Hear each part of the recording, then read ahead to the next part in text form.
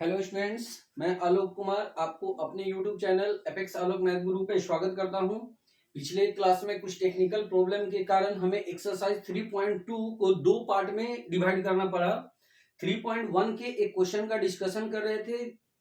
उस क्वेश्चन के डिस्कशन के दौरान ही कुछ टेक्निकल इशू आ गया था, जिसके कारण मैं पूरे एक्सरसाइज को नहीं बता पाया था। तो आज फिर से मैं उसी क्वेश्चन के साथ स्टार्ट करता हूं आज का क्लास, राइट।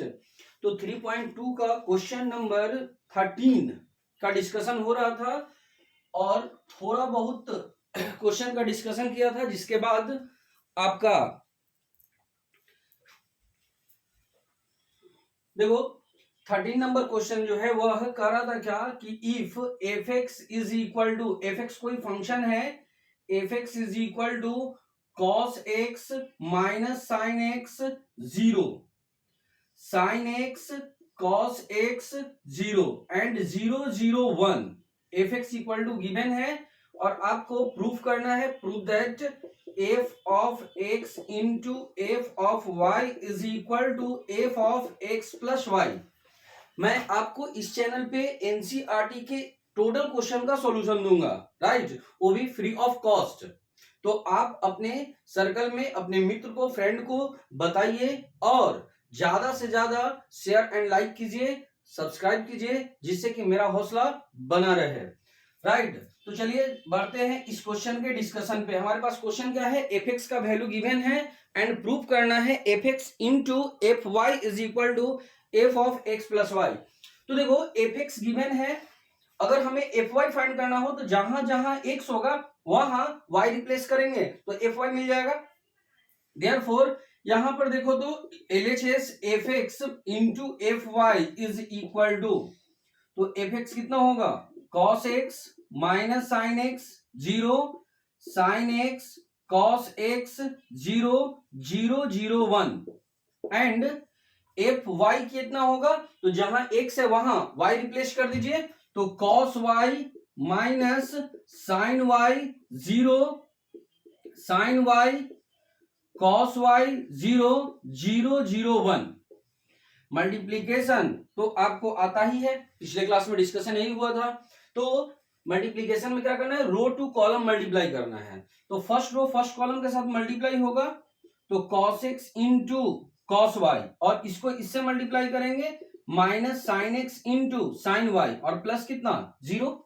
अगेन फर्स्ट को सेकंड से मल्टीप्लाई करेंगे तो कितना होगा, minus cos x into sine y minus sine x into cos y plus 0, और अगेन फर्स्ट को इससे मल्टीप्लाई करेंगे तो 0 प्लस 0 प्लस 0 हो जाएगा, राइट, ऐसा।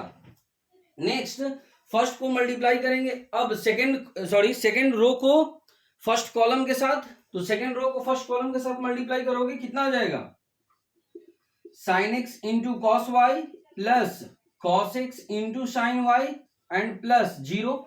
अगेन सेकंड को सेकंड के साथ मल्टीप्लाई करेंगे तो minus sine x into sine y cos x into cos y और प्लस 0, और अगेन सेकंड को थर्ड के साथ मल्टीप्लाई करेंगे तो 0 प्लस 0 प्लस 0 फिर से मिलने वाला है। अब थर्ड को फर्स्ट के साथ मल्टीप्लाई करेंगे तो 0 प्लस 0 प्लस 0 मिलने वाला है। सेकंड को थर्ड को सेकंड के साथ तो 0 प्लस 0 प्लस 0 मिलने वाला है, और थर्ड को थर्ड के साथ तो 0 प्लस 0 प्लस 1। तो ये आपका रिजल्ट। अब थोड़ा trigonometrical formula, cos A into cos B minus sine A into sine B क्या होगा, cos of A plus B यानी एक्स प्लस वाई। यहां पे अगर आप माइनस कॉमन लेते हो तो देखो तो sine A into cos B plus cos A into sine B पर है, that means A minus sine of x plus y होगा, और अगेन वह एक्सप्रेशन आपका 0 हो जाएगा। नेक्स्ट यह sine A into cos B plus cos A into sine B कितना होता है, sine of A plus B, तो ए आपका आ जाएगा sine of x plus y, right. A cos A into cos B minus sine A into sine B cos of x plus y और again 0, यह 0, 0, 1। अब देखो जो आपको एफ एक्स गिवन था जहां जहां x वहां y अगर आपने पुट कर दिया तो आपको fy मिल गया। जहां जहां x वहां अगर x प्लस वाई है तो इसे हम लोग f of x plus y कर सकते हैं, और ये हो गया आपका प्रूव्ड। तो ये था आपका exercise 3.2 question number 13, right. Question number 13। देखिए नेक्स्ट है आपका क्वेश्चन नंबर 14। वो आप बना सकते हो क्योंकि मल्टीप्लीकेशन तो बहुत हद तक आपने सीख लिया, तो वो क्वेश्चन आप खुद बना सकते हैं, राइट। अगर डाउट हो तो कमेंट में दीजिएगा, मैं आपको सॉल्यूशन उसका दूंगा। देखो एक क्वेश्चन है 15 नंबर, 15 बताऊंगा, उस पर आपका 16 बनेगा, 17 बनेगा, ठीक है। देखिए 15 क्वेश्चन कर रहे हैं कि find A square minus 5a plus 6i, ठीक है, इसका वैल्यू आपको फाइंड करना है। जबकि क्वेश्चन में दिया हुआ है a इज इक्वल टू 201 213 1 माइनस 10। ए आपको a का वैल्यू गिवन है, a square minus 5a plus 6i का वैल्यू फाइंड करना है, ठीक है। देखिए ए स्क्वायर अगर फाइंड करना तो ऐसा ना कर देना कि ए के सारे एलिमेंट का स्क्वायर कर देना, ए स्क्वायर मींस ए इंटू ए। तो फर्स्ट ऑफ ऑल आप ए स्क्वायर फाइंड करोगे, ए स्क्वायर क्या हो जाएगा, ए इंटू ए, देयरफॉर ए कितना 201 213 1 माइनस 10। अगेन ए कितना 201 213 1 माइनस 10। इसे मल्टीप्लाई करोगे तो फर्स्ट रो फर्स्ट कॉलम के साथ तो कितना होगा 4 plus 0 plus 1, 4 plus 0 plus 1। Again first को सेकंड के साथ तो 0 प्लस 0 माइनस 1, फर्स्ट को थर्ड के साथ तो 2 प्लस 0 प्लस 0, राइट।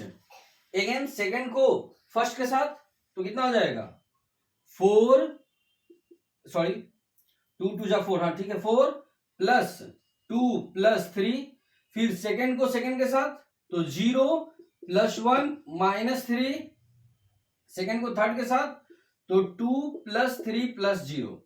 अब थर्ड को फर्स्ट के साथ तो 2 माइनस 2 प्लस 0, फिर 0 minus 1 plus 0 and 1 minus 3 plus 0।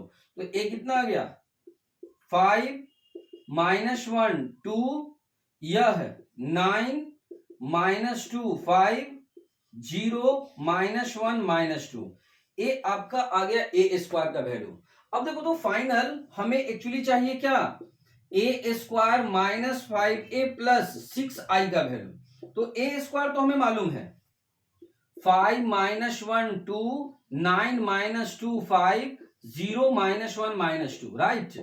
5a ए का वैल्यू गिवन है, अगर 5a फाइंड करना है तो आपको पता है कि जब भी बाहर में कांस्टेंट टर्म है और उस कांस्टेंट टर्म से मल्टीप्लाई करना हो तो सारे एलिमेंट्स में मल्टीप्लाई होते हैं, यानी ये जो 5 है ए के सारे एलिमेंट्स के साथ मल्टीप्लाई होगा तो कितना हो जाएगा 10 0 5 10 5 15 5 माइनस 5 0 और प्लस 6i।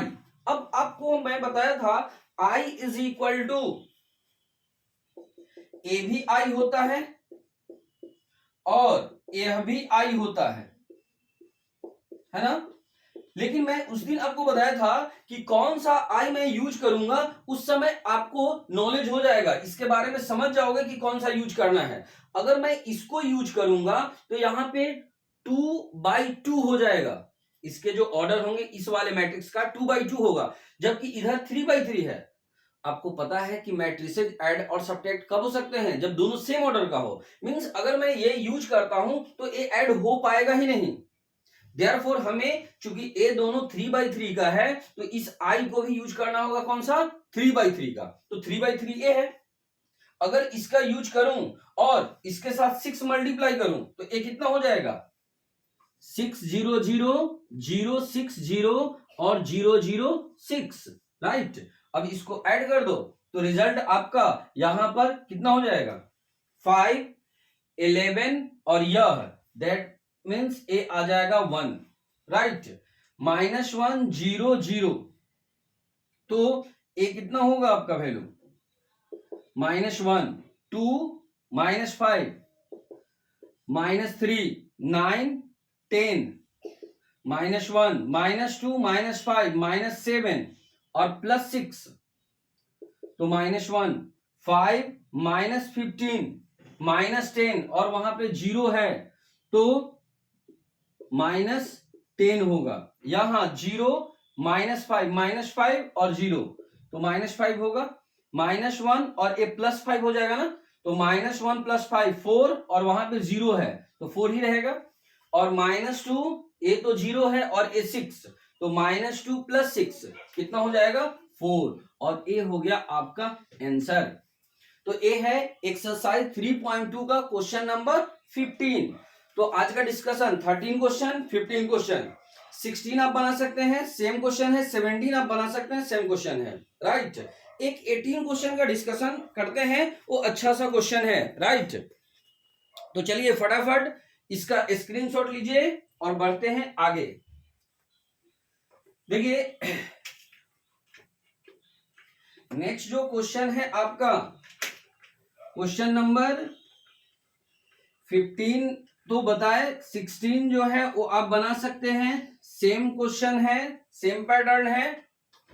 17 क्वेश्चन आप बना सकते हैं। एक क्वेश्चन है 18, ध्यान से समझिएगा इसके कैलकुलेशन को। कर रहा है a is equal to 0 -10 α/2 10 α/2 and 0 कर रहा है 0 -10 α/2 10 α/2 0 and I is the identity matrix of order 2। I जो है आइडेंटिटी मैट्रिक्स है किस ऑर्डर का 2 ऑर्डर का, यानी ऐसा है वो कर रहा है। तो प्रूफ करना है आपको I + a is equal to I - a into cos alpha minus sin alpha sin alpha cos alpha, right. Question कर रहा है कि I + a is equal to I - a into cos alpha minus sin alpha upon sin alpha sorry sin alpha cos alpha A होगा, ठीक है। इसको proof करना है। देखो तो मैं अगर LHS लेकर के चलता हूं तो I + a है, I + a यानी इन दोनों को ऐड करना है। ऐड करना है तो वो तो आपको पता ही है कि करस्पॉन्डिंग एलिमेंट ऐड होते हैं, तो 1 के साथ 0 ऐड होगा तो कितना 1, 0 के साथ इसे ऐड करोगे तो -10 α/2। ऐसा नहीं समझ आना कि 1 -10 α/2 है, ए अलग एलिमेंट है, ए अलग एलिमेंट है। 0 के साथ इसे ऐड करेंगे तो 10 α/2 और यहां पे a1, यानी LHS का वैल्यू ये हो गया। RHS का वैल्यू भी यही होना चाहिए, ऐसा ही है ना। तो देखो RHS को अगर मैं लेकर के चलता हूं I - a into cos alpha minus sin alpha sin alpha cos alpha, यह है।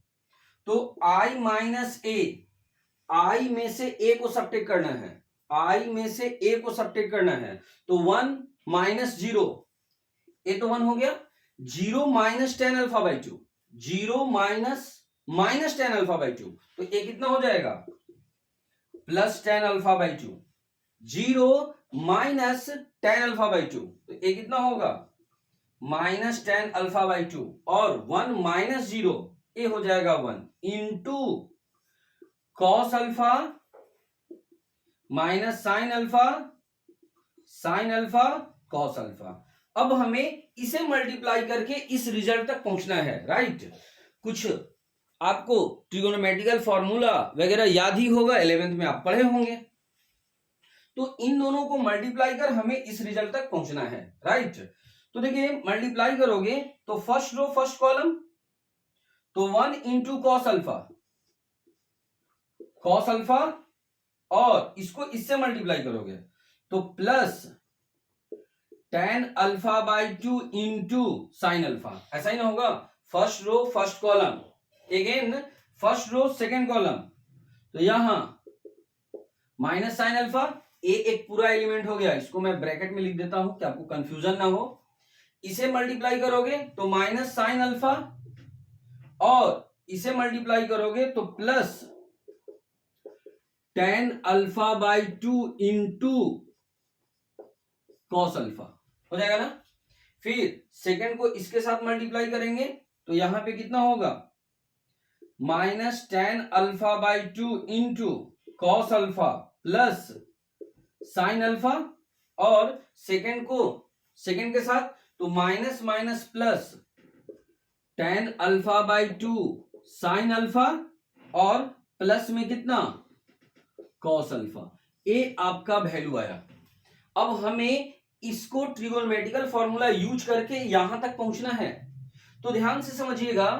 देखो ए है आपका cos alpha plus tan alpha by two है ना, साइन अल्फा को आप लिख सकते हैं, sine a is equal to होता है two sine a by two cos a by two.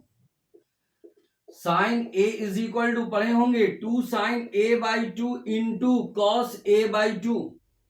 तो साइन अल्फा को क्या लिख सकते हैं, two sine alpha by two cos alpha by to, ध्यान से समझना।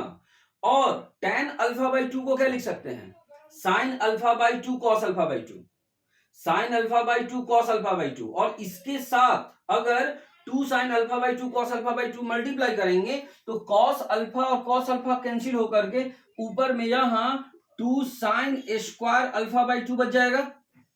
फिर से टेन अल्फा बाई टू को क्या लिख सकते हैं, sine alpha by two cos alpha by two, और साइन अल्फा को क्या लिख सकते हैं, two sine alpha by two cos alpha by two. तो डिनोमिनेटर वाला जो कॉस अल्फा बाई टू है उस कॉस अल्फा बाई टू से कैंसिल होगा, तो यहां पर साइन अल्फा बाई टू बचेगा और साथ में two into sine alpha by two, तो two sine square alpha by two हो जाएगा। यानी इस पोर्शन का जो वैल्यू है ये हमारा मिल गया।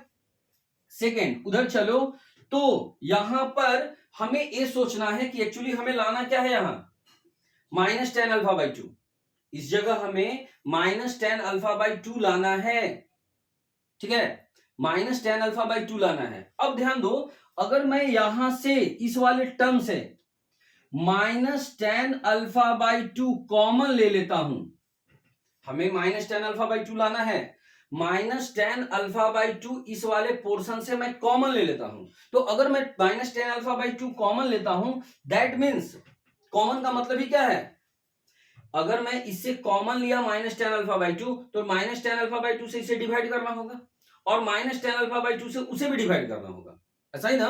दैट मीन्स मैंने minus ten alpha by two multiply किया है, अब डिवाइड करना होगा। तो अगर यहां minus ten alpha by two से इसे डिवाइड करोगे तो माइनस से माइनस कैंसिल, बच गया क्या है, साइन अल्फा, और नीचे कितना, tan alpha by two. Sine alpha को लिख सकते हैं ना two sine alpha by two cos alpha by two, और नीचे टेन अल्फा को क्या लिख सकते हैं, sine alpha by two cos alpha by two. तो ए साइन से साइन कैंसिल, कॉस ऊपर चला जाएगा, तो इस एक्सप्रेशन का वैल्यू कितना होगा, two cos square alpha by two. इस एक्सप्रेशन का value two cos square alpha by two. और यहां पे चूंकि minus ten alpha by two से अगर उसे डिवाइड करोगे तो ten alpha by two cancel होगा, माइनस हो जाएगा, और यहां माइनस में क्या हो जाएगा, कॉस अल्फा। यानी इस एक्सप्रेशन का वैल्यू ए होगा। अगेन वही प्रोसेस यहां भी करो, यहां पे हमें क्या चाहिए, टेन अल्फा बाई टू, बात आ रही है समझ में। यहां पर हमें क्या चाहिए, टेन अल्फा बाई टू, तो ten alpha by two common ले लो। Ten alpha by two common का मीनिंग क्या है कि टेन अल्फा बाई टू से उस एक्सप्रेशन को डिवाइड करना है, उस एक्सप्रेशन के ऑल एलिमेंट्स को। तो अगर मैं टेन अल्फा बाई टू से इसे डिवाइड करता हूं तो मेरे पास माइनस कॉस अल्फा होगा, और अगर इसे मैं डिवाइड करता हूं तो जस्ट अभी समझाए हैं, यहां पर रिजल्ट हमारे पास टेन अल्फा बाई टू से डिवाइड करेंगे तो क्या मिलने वाला है, two cos square alpha by two, right. और इस वाले एक्सप्रेशन में जस्ट यह है, टेन अल्फा बाई टू को क्या लिख सकते हैं, sine alpha by two cos alpha by two, sine alpha को क्या लिख सकते हैं, two sine alpha by two cos alpha by two, और कॉस अल्फा बाई टू से कैंसिल होकर ए एक्सप्रेशन आपको क्या मिल जाएगा, two sine square alpha by two plus कितना, कॉस अल्फा, राइट। ए हमारा एक्सप्रेशन है। अब ध्यान देना दो, एक ट्रिगोनोमेट्रिकल फॉर्मूला आप पढ़े होंगे, cos a is equal to, एक पढ़े होंगे 2 cos स्क्वायर a बाई 2 -1 और एक पढ़े होंगे 1 - 2 sin square a by 2। cos a is equal to 2 cos square a by 2 -1 और एक पढ़े होंगे 1 - 2 sin स्क्वायर a बाई 2। ठीक है, अगर cos अल्फा है तो 2 cos स्क्वायर अल्फा बाई 2 -1 और 1 - 2 sin स्क्वायर अल्फा बाई 2। तो ध्यान दो, तो यहां पे अगर मैं इसको इस तरफ लेके चले आऊं, इस वाले को अगर इधर लेकर आ जाता हूं तो एक्सप्रेशन आ जाएगा cos a plus 2 sin square a by 2 और वैल्यू क्या बचेगा इसका 1 हो जाएगा।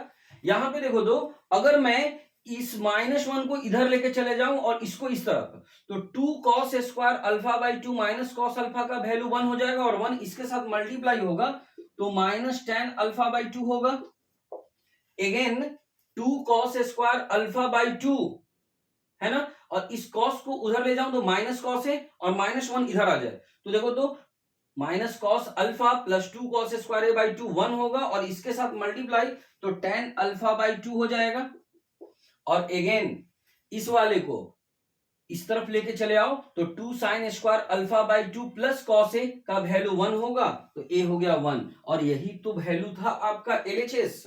हो गया proof, is equal to LHS, यह प्रूफ करना था। आ गई बात समझ में, क्लियर। तो ए था आपका एक्सरसाइज 3.2 एनसीईआरटी का क्वेश्चन नंबर 18। पिछले क्लास में कुछ टेक्निकल इशू के कारण मैं 3.2 का पूरा डिस्कशन नहीं कर पाया था, तो इसको मैं दो पार्ट में यहां ब्रेक कर दिया हूं, यानी 3.2 का को दो पार्ट में ब्रेक किया हूं। ठीक है, तो ये है आपका सेकेंड पार्ट में क्वेश्चन नंबर 18, राइट। चलिए नेक्स्ट है क्वेश्चन नंबर 19। क्वेश्चन मैं लिखूंगा नहीं, आपके पास बुक अवेलेबल होना चाहिए, क्योंकि जहां तक संभव है क्वेश्चन लिखता हूं, बट थोड़ा अगर क्वेश्चन बड़ा है बुक होगा आप समझ सकते हो। ठीक है, ऐसे मैं स्टेटमेंट जो है एक बार पढ़ देता हूं, समझा देता हूं। चलिए क्वेश्चन नंबर है आपका 19, आसान सा क्वेश्चन है। कर है क्या, a trust fund has ₹30,000 must be invested in 2 different types of bonds. ठीक है, कह रहा है एक ट्रस्ट है जिसके पास 30,000 रुपीज है और उसे 2 डिफरेंट बॉन्ड में क्या करना है, उसको डिस्ट्रीब्यूट करना चाहता है। फर्स्ट बॉन्ड पे है 5% का इंटरेस्ट एंड सेकेंड पर है 7% का इंटरेस्ट। ठीक है, कह रहा है कि using matrix multiplication determine how to divide 30,000 among the 2 types of bonds if the trust fund must obtain an annual total interest of। कह रहा है क्या कि एक ट्रस्ट है जिसके पास 30,000 रुपीज है और उसे दो तरह के बॉन्ड में इन्वेस्ट करना है 30,000 को, यानी कुछ फर्स्ट बॉन्ड में कुछ सेकंड बॉन्ड में। फर्स्ट बॉन्ड पे इंटरेस्ट जो है वो 5% है और सेकंड बॉन्ड पे इंटरेस्ट 7% है। क्लियर। अब ट्रस्ट को टोटल कितना प्रॉफिट होना चाहिए, दो क्वेश्चन है, एक में है कि 1800 का प्रॉफिट होना चाहिए और सेकंड में है 2000 का। तो एक क्वेश्चन बनाते हैं, अगला आप बना सकते हो।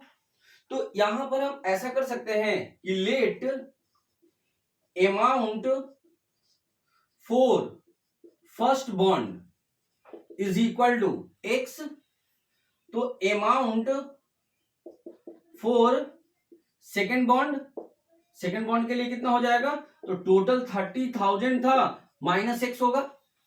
फर्स्ट बॉन्ड में मैंने मान लिया कि x रुपीज इन्वेस्ट किया तो सेकंड पे कितना 30,000 माइनस x। अब अकॉर्डिंग टू क्वेश्चन फर्स्ट में x, सेकंड में 30,000 माइनस x। फर्स्ट पे इंटरेस्ट कितना, तो आपको मालूम है मल्टीप्लीकेशन कैसे होता है, रो टू कॉलम, यानी अगर मैंने अमाउंट को रो बाय शिफ्ट किया है तो पर जो उसका इंटरेस्ट है, रेट ऑफ इंटरेस्ट, उसे कैसे रखेंगे, कॉलम वाइज। तो इस पे कितना इंटरेस्ट है 5% और इस पे कितना 7%। फर्स्ट वाले पे 5%, सेकंड पे 7% और टोटल जो इंटरेस्ट होगा वो कितना होना चाहिए 1800। बस अगला जो क्वेश्चन होगा सेकंड इसका, उसमें यहां 2000 कर दोगे, सेकंड में यहां पे 2000 कर दोगे, बन गया। अब इसको सोल्व करने के लिए आपको मालूम है मल्टीप्लाई हम लोग कैसे करते हैं, रो टू कॉलम, तो इसको इसके साथ मल्टीप्लाई करोगे तो 5x क्योंकि परसेंटेज है उसको हटाना है तो इसे आप 5x बाई 100 लिख सकते हैं। प्लस इसे इसके साथ मल्टीप्लाई करोगे तो 21 1 2 3 4 माइनस 7x, परसेंटेज हटाना है तो 100 इज इक्वल टू 1800 होगा। ए एलसीएम इसके साथ चला जाएगा तो कितना आएगा 5x प्लस 21 1 2 3 4 माइनस 7x 18000, 800 जो एलसीएम है वो यहां मल्टीप्लाई में आ जाएगा। तो minus 2x is equal to a इस तरफ मल्टीप्लाई होगा तो माइनस कितना 30,000 हो जाएगा ना। तो x का वैल्यू कितना हो गया 15,000, यानी फर्स्ट पे कितना 15, सेकंड कितना होगा 30,000 माइनस x, यानी वो भी क्या हो गया 15। तो ये दोनों आंसर हो गए, यानी फर्स्ट बॉन्ड में भी 15,000 इन्वेस्ट करना होगा उसे, और सेकंड बॉन्ड के लिए भी उसे 15,000 ही इन्वेस्ट करना होगा। बना सकते हैं, बिल्कुल आसान है सेकंड क्वेश्चन इसका।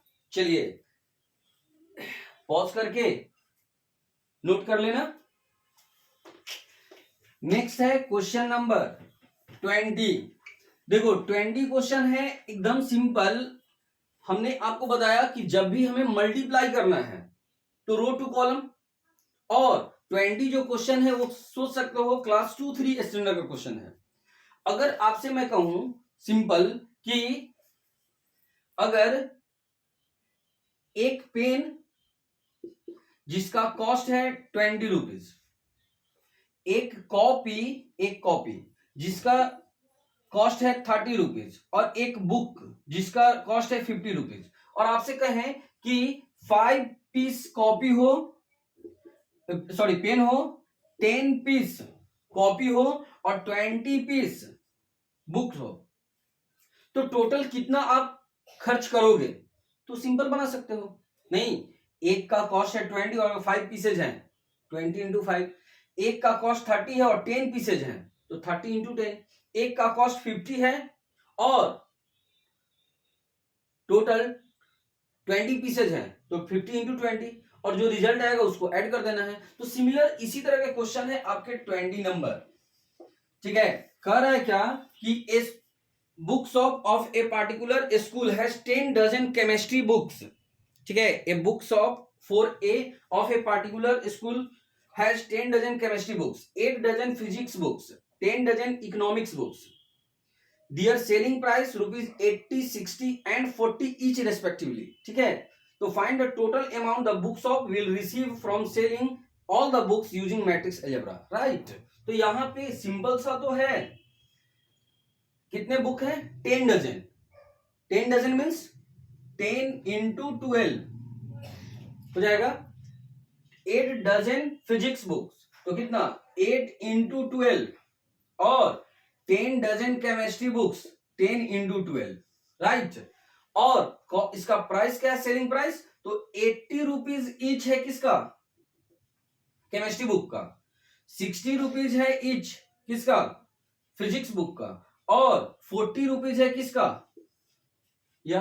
अब इसको मल्टीप्लाई कर देना है तो ये तो आपको आता ही है, नहीं इसको इससे मल्टीप्लाई करोगे तो कितना हो जाएगा 961010 प्लस ये कितना होगा फिर से 96 और इंटू 6 कितना 36 357, तो 576 और एक 0 हो जाएगा प्लस या 4812, इसको ऐड कर दीजिए, हो गया आपका आंसर।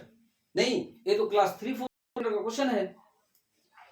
तो ये था आपका क्वेश्चन नंबर 20। नेक्स्ट है क्वेश्चन नंबर आपका 21-22। हाँ, ये ध्यान दीजिएगा, ये अच्छा सा क्वेश्चन है आपका।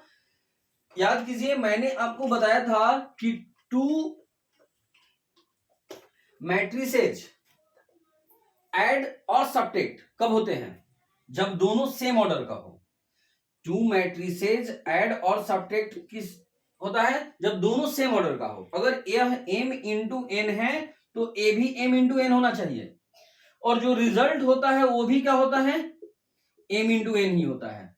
याद है, मैंने बताया था कि 2 मैट्रिसेज ऐड और subtract if both are in same order and order of resultant also same, नहीं। और दूसरा, टू मैट्रिसेज मल्टीप्लाई कब होता है?